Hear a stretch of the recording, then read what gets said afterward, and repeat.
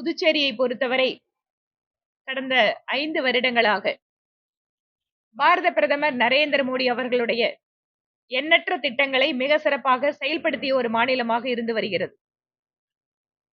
பெண்களுக்கான மாதாந்திர உதவித்தொகை,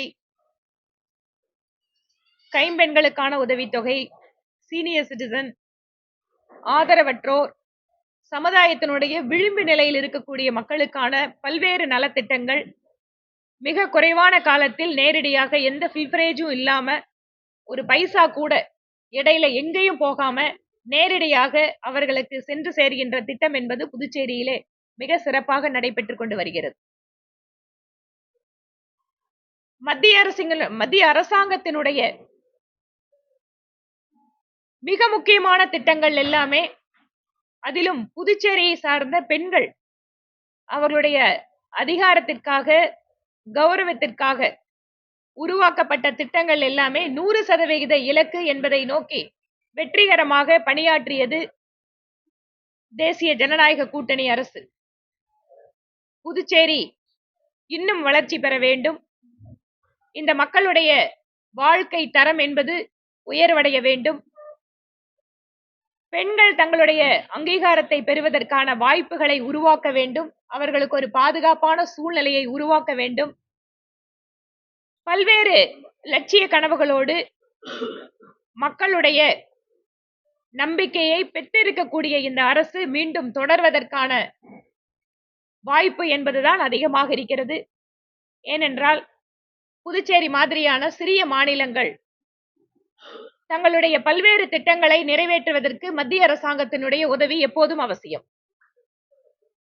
புதுச்சேரி மாநிலத்தினுடைய வளர்ச்சி தொடர வேண்டும் என்றால் மத்திய அரசாங்கத்தினுடைய உதவி இன்னும் ஆயிரக்கணக்கான கோடி ரூபாய்களை இங்கு கொட்டி கொடுப்பதற்கு பிரதமர் மோடி தயாராக இருக்கிறார். இந்த வளர்ச்சி பயணம் தடைபடாமல் இருப்பதற்கு இந்த அரசாங்கம் தொடர வேண்டும். இதை முன்னிறுத்தி தேசிய ஜனநாயக கூட்டணியினுடைய வேட்பாளர்களுக்கு நாங்கள் பரப்புரையை மேற்கொண்டு வருகிறோம். தேசிய மகளிரணி தலைவர் என்கின்ற முறையிலே எங்கள் மகளிரணியை சார்ந்த சகோதரிகள் அத்தனை பேரும் கடுமையாக உழைத்துக் கொண்டிருக்கிறார்கள். ஒவ்வொரு வீட்டிலே இருக்கக்கூடிய பெண்களை தொடர்பு கொள்கிறார்கள்.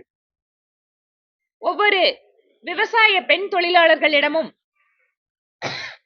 மத்திய அரசாங்கத்தினுடைய 125 நாள் புதிய வேலை வாய்ப்புகளுடைய திட்டத்தை பற்றி எல்லாம் அவர்களிடம் உரையாடுகிறார்கள். அவர்களுக்கு ஒரு சுதந்திரமான பாதுகாப்பான சூழலை உருவாக்குவதற்கு சட்டம் ஒழுங்கு சரியாக பராமரிக்கப்பட வேண்டும். இவையெல்லாம் வளர்ச்சியினே மிக முக்கியமான அம்சங்களாக பார்க்கப்படுவது. எங்கள் மகளிரணி சகோதரிகள் பெண்களை மையப்படுத்தி இருக்கக்கூடிய திட்டங்களை பற்றியும், பெண்களுக்கான வாய்ப்புகள் வளர்ச்சிகளை உருவாக்குவதை பற்றிய எங்களுடைய தொலைநோக்கு பார்வையோடு கூடிய கொள்கை முடிவுகளை பற்றியும் ஆக்கப்பூர்வமான பணிகளை செய்து கொண்டிருக்கிறார்கள். அவர்களுக்கும் இந்த நேரத்தில் என்னுடைய பாராட்டுக்களை தெரிவித்துக் கொள்கிறேன். உங்கள்கிட்ட ஏதாவது கேள்விகள் இருந்தா சொல்லுங்க. அதற்கு முன்பாக தேசிய ஜனநாயக கூட்டணிக்கு எதிராக புதுச்சேரியிலே இண்டி கூட்டணிங்கிற பேர் மட்டும்தான் இருக்குது, ஆனா கூட்டணி கிடையாது. எந்த அளவிற்கு காங்கிரசும் திராவிட முன்னேற்ற கழகமும் கம்யூனிஸ்டும் மக்களை ஏமாற்றிக் கொண்டிருக்கிறார்கள் என்பதற்கு புதுச்சேரி என்பது சிறந்த உதாரணம். ஏனென்றால் கேரளாவிலையும் தேர்தல் நடக்குது. நான் கோயம்புத்தூர் தான், கோயம்புத்தூரோட பார்டர் பாலக்காடு அந்த பக்கம். இந்த பக்கம் கோயம்புத்தூர்ல வாளையாறுல 2 பேரும் ஒன்னா சேர்ந்து ஓட்டு கேட்கிறாங்க. அந்த பக்கம் வாளையாரோட செக் போஸ்ட் அந்த பக்கம் போனோம்னா காங்கிரஸ் கம்யூனிஸ்ட் ஒருத்தர் திட்டிட்டு இருக்காங்க. இங்க புதுச்சேரியில அதை வர ஒரு படி மேல போயிடுச்சு. ஒரே தொகுதியில 2 கட்சி வேட்பாளர்கள், யார் சொல்றத கேட்கறது கிடையாது. எந்த விதமான ஒருங்கிணைப்பு இல்லாத, எந்த விதமான ஒற்றுமை இல்லாத இந்த இண்டி கூட்டணிக்கு வாக்களிப்பது என்பது புதுச்சேரி மக்கள் தங்களுடைய தலையில் தாங்களே மண்ணள்ளி போடுவதற்கு சமம். இந்த இண்டி கூட்டணியினுடைய அத்தனை வேட்பாளர்களையும் புறம் தள்ள வேண்டும். இம்மாதிரியான சிறிய மாநிலத்தில் கூட இவர்களால் ஒற்றுமையாக செயல்பட முடியவில்லை என்றால் இவர்களால் எப்படி இந்த மாநிலத்தை வளர்ச்சி பாதைக்கு எடுத்துச் செல்ல முடியும்? இதையெல்லாம் மையப்படுத்தி எங்களுடைய தேர்தல் பரப்புரை நிகழ்ந்து கொண்டிருக்கிறது. எங்களுடைய வேட்பாளர்கள் எந்த அளவிற்கு மக்கள் பணிகளில் ஒன்றி இருக்கிறார்கள், மக்களுடைய பிரச்சனைகளை புரிந்து கொள்வதற்கும் செயலாக்குவதற்கும் ஆக்கப்பூர்வமாக செய்து கொண்டிருக்கிறார்கள் பணிகளை அப்படிங்கிறதெல்லாம் நாங்கள் எங்களுடைய வாக்காளர்களுக்கெல்லாம் தெரிவித்துக் கொண்டிருக்கிறோம். உங்களோட கேள்வி இருந்தா சொல்லுங்க.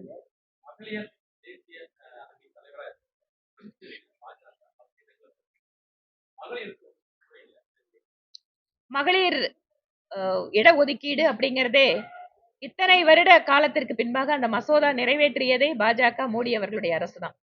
ஆனால் அதற்கென்று காலம் கணிகின்ற பொழுது நிச்சயமாக அதிகமான எண்ணிக்கையிலே எங்க மகளிர் ஆட்டோமேட்டிக்கா இடஒதுக்கீட்டுல வந்துருவாங்க. ஆனால் அதுவரை ஒரு தேர்தலில் வெற்றி என்பது பல்வேறு காரணிகளை பொறுத்தது. இப்ப நானே தேசிய மகளிர் அணி தலைவராக மத்திய தேர்தல் குழுவில் இருக்கின்ற பொழுது பிரதமர் மோடி ஒவ்வொரு மாநிலத்தினுடைய தலைவர்கள் வருகின்ற பொழுது முதல் கேள்வியாக எத்தனை பெண்கள் அப்படின்னு தான் கேட்பார். பெண்கள் அதே போல இடஒதுக்கீடு இருக்கக்கூடிய இடங்களில் பட்டியலினத்தை சார்ந்தவர்கள், எஸ்டி மக்கள், இவர்களுக்கென்று அரசியலமைப்பு சட்டம் கொடுத்திருக்கின்ற அத்தனை பாதுகாப்புகளையும் நாம் பயன்படுத்த வேண்டும். என்னுடைய நோக்கம் என்பது ஒரு தொகுதி என்பது வெற்றி பெற வேண்டும் என்றால் வெற்றி பெறத்தக்க வேட்பாளர்களாக இப்போது அரசியல் கட்சிகள், அதுவும் அரசாங்கத்தை அமைக்கக்கூடிய அரசியல் கட்சிகளுக்கு ஒரு நிர்பந்தம் இருக்கிறது.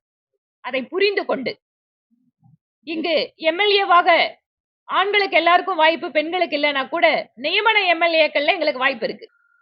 அதே போல அதிகமான பெண் எம்பிக்களை வைத்திருக்கக்கூடிய கட்சி தான் இன்னைக்கும் பிஜேபி தான். அதிகமான பெண் எம்எல்ஏக்கள் இருக்கிறதும் பிஜேபி தான். அது மட்டுமல்ல, இந்த கட்சியிலே தான் 33% இடஒதுக்கீடு பெண்களுக்கு வழங்கப்பட்டு வருகிறது. அதனால் படிப்படியாக நாங்கள் முன்னேறி கொண்டிருக்கிறோம். 33% இடஒதுக்கீடு 29 தேர்தலில் வரும்போது இந்த கேள்வியை கேட்கறதுக்கு அந்த கேள்விக்கே அவசியம் இருக்காது. ஆட்டோமேட்டிக்கா பெண்கள் வந்து உட்காருவாங்க. அதனால் அந்த நிலைக்கு தயார்படுத்துவது எங்கள் பணி. ஒரு மனைவியாகவோ ஒரு சகோதரியாகவோ அந்த இடத்திற்கு வருவதை தாண்டி அந்த இடத்திற்கு பொருத்தமானவர்களாக எங்கள் மகளிர் சகோதரிகள் வர வேண்டும் என்பது எங்களுடைய இலக்கு.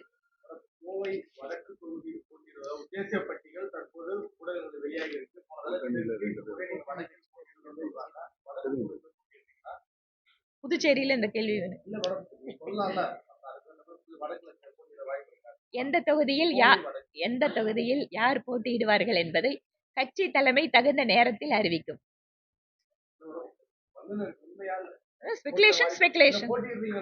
தெரியாது, கட்சி முடிவு எடுக்கும்.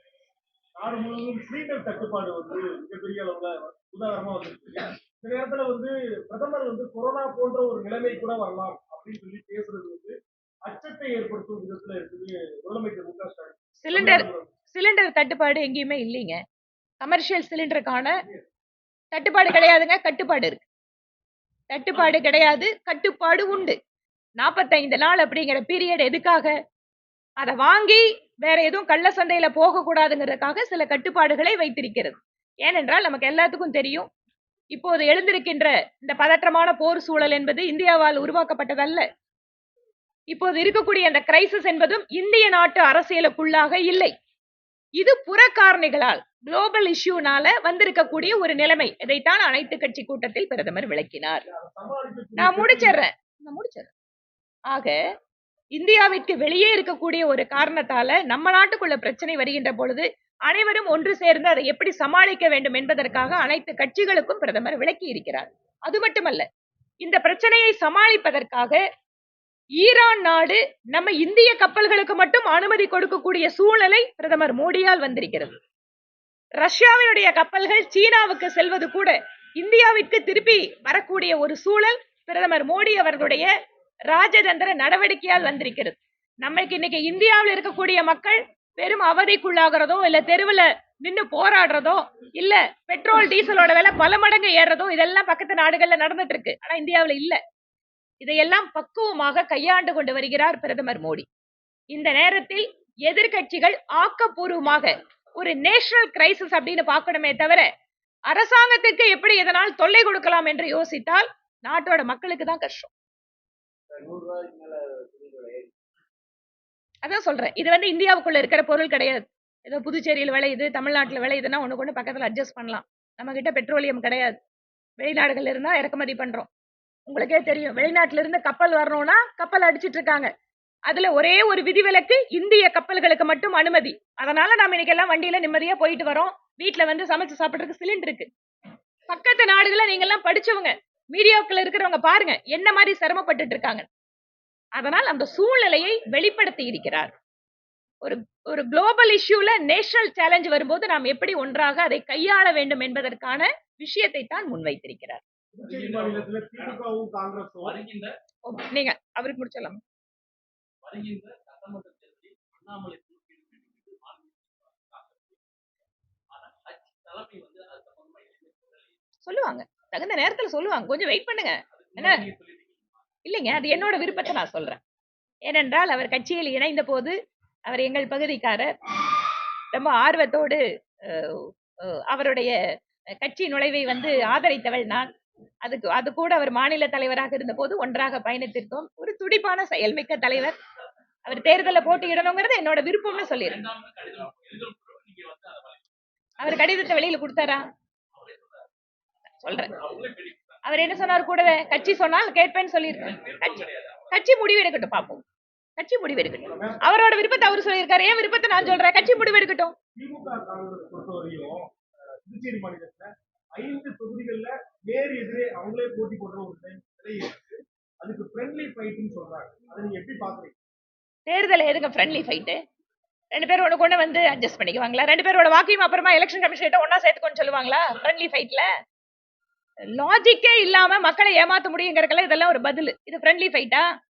எலெக்ஷனுங்க. சாதகமா அமையுமா? நிச்சயமாங்க. இங்க திமுக காங்கிரஸ் பிரிஞ்சிருக்காருல்ல, சேர்ந்திருந்தாலே எங்களுக்கு தான் சாதகம். இதுல என்ன சந்தேகம்? கன்னியாகுமரியில 6 தொகுதி இருக்கு. அண்ணன் தான் எல்லா கேள்வியும் கேட்கிறாரு, வேற யாரும் கேள்வி இல்லையா? கன்னியாகுமரியில 6 தொகுதி இருக்கு. 5 தொகுதி நீங்க போட்டிருக்கீங்க. வருவா இல்லையா? அதிமுக வளர்ச்சி இல்லைங்க, இது அதிமுக பலம் இருக்கா பாமக பலம் இருக்கா அப்படிங்கிற கேள்வி அல்ல. ஒவ்வொருவருமே ஒவ்வொரு பட்டியலோட போறோம். ஒரு பட்டியலோட போகும்போது சில நேரங்கள்ல அவங்களோட தொகுதிகளை எங்களுக்காக விட்டு கொடுக்கறாங்க. நாங்க பலம் இருக்கிற தொகுதிகளை அவங்களுக்கு. இதுதான் கூட்டணி. ஏனென்றால் எல்லாரும் ஜெயிக்க வேண்டும். அதே போல எண்ணிக்கை ஒவ்வொருத்தருக்கும் அதுக்கு தகுந்த அளவு இருக்கணும். அதனால உங்களுக்கு தெரியும், கன்னியாகுமரி மாவட்டத்தை பொறுத்த வரைக்கும் பாஜக ரொம்ப காலமாவே வந்து எம்பிக்கள் எம்எல்ஏக்கள் இருக்கக்கூடிய பகுதி. அதனால ஒவ்வொருவருக்குமே அவரவர்கள் பலமா இந்த தொகுதியில் அதிகமான சீட்டுகள் உண்டு. இப்ப பாமகவை எடுத்துக்கோங்க. பாமக வந்து பாத்தீங்கன்னா அவர்களோட ஸ்ட்ராங் பேஸ்ல தான் எல்லா தொகுதியுமே எடுத்திருக்காங்க. அதே போல அமமுக அவங்களோட ஸ்ட்ராங்கான தொகுதிகள் இருக்கு. எங்களுக்கும் அதே மாதிரி நாங்கள் ஏற்கனவே பலமான தொகுதிகள்லயும் சீட்டு, புதிதாக வளர்ந்து கொண்டு இருக்கக்கூடிய இடத்துலயும் சீட்டு. அதனால விட்டு கொடுப்பது அப்படிங்கிறது கூட்டணியில ஒரு சாதாரணமா நடக்கக்கூடியதுதான். 27 தொகுதிகள் அதிமுக இருக்காங்க. இது வந்து இது புதுச்சேரி பிரஸ் மீட்டா தமிழ்நாடு பிரஸ் மீட்டா? எந்த ஊரா நீங்க தமிழ்நாடு எம்எல்ஏ தானே நீங்க? தமிழக சொல்லுப்பா. சட்டமன்ற புதுச்சேரி. அப்ப 27 தொகுதியில நிறைய தொகுதிகள் வந்து தோல்வி அடையும் தொகுதியில அதிமுக வெளியிட்டிருக்கிறதா வந்து தொடர்ச்சியாக சமூக வலைதளங்களில் இதை பரப்பி வராங்க. இதை நீங்க எப்படி பாருங்க? வேண்டுமென்று திமுக வந்து எங்களோட தொண்டர்களோட மன உறுதியை குலைக்கிறதுக்காக இந்த மாதிரி ஒரு முயற்சியை மேற்கொள்றாங்க. இது ஒண்ணு அவங்களுக்கு புதுசு இல்ல. கையில மீடியா வச்சிருக்காங்க, பணம் வச்சிருக்காங்க, இந்த வேலையெல்லாம் பண்ணுவாங்க. ஆனா எல்லாத்தையும் தாண்டி எங்கள் கட்சியினுடைய தொண்டர்கள் உறுதியாக இருக்கிறார்கள். மக்கள் எங்களுக்கு வாக்களிக்க காத்து கொண்டிருக்கிறார்கள். இதுவரை இல்லாத அளவிற்கு இரட்டை இலக்கத்தில் எங்கள் எம்எல்ஏக்கள் சட்டப்பேரவைக்குள் நுழைவார்கள். கடந்த முறை உங்களை எதிர்த்து போட்டியிட்ட கமலஹாசன் தற்போது வந்து திமுக நிபந்தனையா உங்களுக்கு ஆதரவு தர சொல்லியிருக்காரு. அவருக்கு ஒரு அசைன்மெண்ட் கொடுத்தாங்க, முடிச்சிட்டாரு. அவரோட அசைன்மெண்ட்டுக்கு என்ன கொடுக்கணுமோ டெல்லியில கொடுத்துறாங்க, அவ்வளவுதான். அவரை நம்பி பின்னால போனவங்க தெருவில் நிக்கிறாங்க. அதாங்க ஒரு கட்சி தலைவர் கட்சி ஆரம்பிக்கிறாரு, ஆயிரக்கணக்கில் அவர் பின்னாடி போறாங்க. அந்த கட்சிக்கு வந்து லட்சக்கணக்கில் பணத்தை செலவு பண்றாங்க. கூட போய் நின்று 5 வருஷம் உழைச்சதுக்கு அப்புறம் அவர் மட்டும் எம்பி ஆயிட்டு இருக்கிற கூட இருக்கிறவனெல்லாம் தியாகம் பண்ணுங்கிறாரு. இதுக்கு பேரு தியாகமா? கமல் செய்தது தியாகம் அல்லங்க, துரோகம். தன்னுடைய கட்சிக்காரர்களுக்கும் வாக்களித்தவர்களுக்கும் துரோகம் செய்திருக்கிறார். நன்றிங்க. நான் இப்ப பிரச்சாரத்துக்கு போனோம்பா. போட்டியிடுவது உறுதிதானா? போட்டியிடுவது உறுதி. கட்சி தலைமை எத்தனை தொகுதியில உங்க என்டிஏ கூட்டணி தமிழகத்தில் வெற்றி பெறும்? உங்களோட கணிப்பு. ஏன் கணிப்பேன்? என்டிஏ கூட்டணி ஆட்சி இங்க ஆட்சி அமைக்கிறது உறுதிதானே? தமிழ்நாட்டிலயும் அதே மாதிரிதான். சொல்லணும். உங்களோட கருத்துல தமிழகத்துல எத்தனை தொகுதிகளை prediction? Prediction. ஒரு 10 நாள் கழிச்சு வாங்க. அநேகமா 200க்கு மேல இருக்கும். நாங்க சொல்றோம். இப்பதாங்க என்ஜின் ஸ்டார்ட் ஆயிருக்கு. போக போக பாருங்க. இதுல வந்து இந்தியா கூட்டணி இல்லைன்னு சொல்லிட்டு கூட்டணி இருக்கிற வாக்கு இருக்காங்க. இதே நிலையில தமிழ்நாட்டில் ஏன் பாத்தீங்கன்னா திமுக காங்கிரஸ் தொகுதி இதே போல அங்கேயும் ஒரு கூட்டணிக்குள்ள ஒரு குழப்பம். அது வந்து இந்த தேர்தலில் எதிரொலிக்கிறது வாய்ப்பு. எந்த கூட்டணிக்குள்ள? தமிழ்நாட்டில் இந்தி கூட்டணிக்குள்ளயா? காங்கிரஸ் திமுக சொல்றாங்க. ஆமா, காங்கிரஸ் திமுக தான் முடிஞ்சு போச்சு. அவங்க மேடம் அவங்களுக்குள்ள நீங்க எழுபதி அப்புறம் தானே தொகுதி அது என்னன்னு கேட்டாங்க. அது ஜெயிக்கக்கூடிய கட்சிகள் அவங்களுக்கான தொகுதி பங்கீடுனா பரவாயில்ல. அங்க வந்து அறிவாலயம் பக்கம் போறவங்க எல்லாம் திமுக கூட்டணிக்குள்ள கூட்டணி சேர்த்துட்டு நாங்க பலம்னு சொல்லிட்டு இருந்தா அப்படிதான் ஆகும். எனக்கு பதவி கொடுத்தது ஆதங்கத்தை கொடுத்திருக்காங்க. யாரு சரத்குமார் எனக்கு பதவி கொடுக்கல, கட்சி வளர்க்க முடியல, நான் எப்படி பாஜக வளர்க்க முடியும், நான் ஏன் வந்தேனே அப்படின்னு ரொம்ப வருத்தத்தில் இருக்காங்க. எதற்காக அந்த புலம்புல அவருக்காக நீ பதவி கொடுத்து வாங்கி அவரு கூட நேத்து கூட பேசினாரு. அப்ப அவர்கிட்ட எக்ஸ்பிளைன் பண்ணும். ஏன்னா தேசிய பொறுப்புகள் அப்படிங்கிறது தேசிய தலைவர் அறிவிச்சதுக்கு அப்புறம் தான் பண்ண முடியும். ஒரு தலைவர் இல்லாம தேசிய பொறுப்புகள் பண்ண முடியாது. எங்களோட கட்சியில இப்பதான் தேசிய தலைவர் அறிவிச்சிருக்காங்க. இப்ப 5 மாநில தேர்தல் முடிஞ்சதுக்கு அப்புறம் தான் தேசிய பொறுப்புகள். இதெல்லாம் எக்ஸ்பிளைன் பண்ணோம்னா அவர் இந்த மாதிரி கொஞ்சம் யாராவது கொஞ்சம் எடுத்து சொல்லி இருந்தா நானும் புரிஞ்சிருப்பேன் அப்படின்னு தான் சொன்னாரு. ரொம்ப மரியாதைக்குரிய ஒரு தலைவர் அவரு. தன்னுடைய கட்சியவே வந்து ஒட்டுமொத்தமாக பாஜகவை நினைத்துக் கொண்டு எங்களுடன் மிக சிறப்பாக பயணம் செய்து கொண்டிருக்கிறார். எந்த ஒரு பணிகள் கொடுத்தாலும் கூட உடனடியாக செய்து முடிப்பவர். அவருக்குன்னு சில ஆதங்கத்தை வந்து தலைவர்கள் கிட்ட பேசியிருக்காரு. தலைவர்கள் நிச்சயமா அதை கவனிப்பாங்க.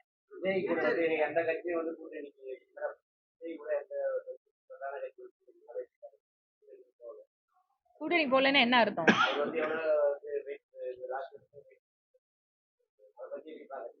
எப்படி பாக்குறதுங்க? புதுசா ஒரு கட்சி ஆரம்பிச்சிருக்காரு.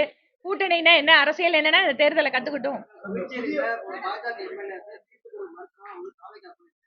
அவருடைய கட்சியில வந்து அவர் வந்து தாழ்த்தப்படுறதுல அவர் வந்து புரண்டதுனால அவர் சீட்டு கொடுக்கலையா? அதனால அவர் வந்து மாநில தலைவர் பதில் சொல்லுவார். இன்னொரு தாழ்த்தப்பட்டவருக்கு தான் அங்க சீட்டு கொடுத்துருக்கிறோம். கட்சியில யார் நன்றாக செயல்படுகிறார்கள் என்பதை பார்ப்போம். தலைமை அதை சர்வே பண்ணும், அதுக்கப்புறம் சீட்டு கொடுக்கும். அங்க கொடுத்துக்கிறது இன்னொரு தாழ்த்தப்பட்டவர் தான் கொடுத்துருக்கிறோம். பட்டியலின தலைவருக்கு தான் கொடுத்துருக்கிறோம் சீட்டு. அதனால அது தவறான பிரச்சாரம். தயவு செய்து புறந்தள்ள வேண்டும். ஏங்க அவர் கட்சி பிடிக்கலன்னு போயிட்டாருல, விட்டுருங்க. நான் என்ன சொல்றேன், எல்லா கட்சியிலயும் சீட்டு கொடுக்காதவங்க, சீட்டு கிடைக்காதவங்க, இந்த மாதிரி சில சார் ஒருத்தவங்களுக்கே வாய்ப்பு கொடுக்க மாட்டாங்க சார். மாற்றி மாற்றி தான் கொடுப்பாங்க. கட்சியில தேசிய கட்சியில ஒருவருக்கு ஒரு தடவை வாய்ப்பு. நான் நாமினேட்டட் எம்எல்ஏ வந்தா உடனே ரிசைன் பண்ண சொல்லி அதை இன்னொருத்தவங்களுக்கு கொடுத்தாங்க. அந்த மாதிரி எங்களுடைய கட்சிகளிலே வந்து மாற்றி மாற்றி தான் கொடுப்பாங்க. சுழற்சி முறையில் தான் கொடுப்பாங்க. இப்ப கட்சிக்கு வந்து பதவி கிடைக்கலன்னா அடுத்த கட்சிக்கு போயிட்டா அதை எப்படி நம்ம நல்லவங்கன்னு சொல்ல முடியும்? நீங்க உங்களோட கேள்வி ஏதாவது இருக்கம்மா? சொல்லுங்கம்மா.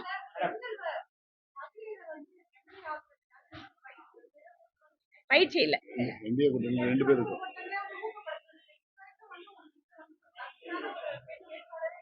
தகுதியான வேட்பாளர் நிறைய இருக்காங்கம்மா, சீட்டு தான் கொடுக்க முடியும்.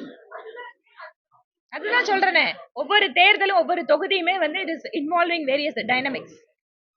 இந்திய கூட்டணி 2 பேர் கொடுத்துருவோம். கொண்டு வந்துடலாமா? கொண்டு வந்து தாராளமா கொண்டு வரலாம். ஃபியூச்சர் பெண்களுக்கு தான்மா. ஏடிஎம்கே 2 சீட் தான் கொடுத்துருக்கீங்க புதுச்சேரியில.